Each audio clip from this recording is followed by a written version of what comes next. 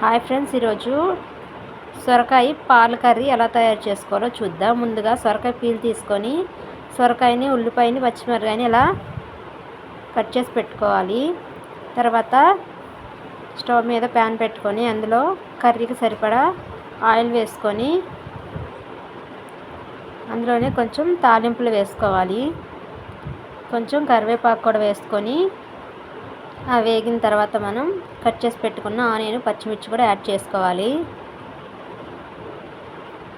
ఇవి కొంచెం బ్రౌన్ కలర్లోకి వచ్చినప్పుడు మనం కట్ చేసి పెట్టుకున్న సొరకాయ ముక్కలు కూడా యాడ్ చేసుకోవాలి. ఇలా సొరకాయ మొత్తం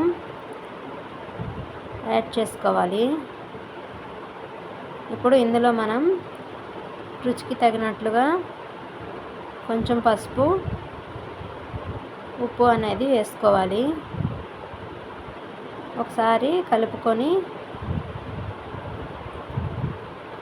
దీన్ని మగ్గించుకోవాలి.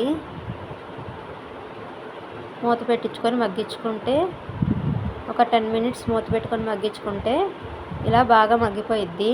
ఇందులో మనం రుచికి తగినంత కారం వేసుకొని ఒక 2 మినిట్స్ అలా ఉంచుకొని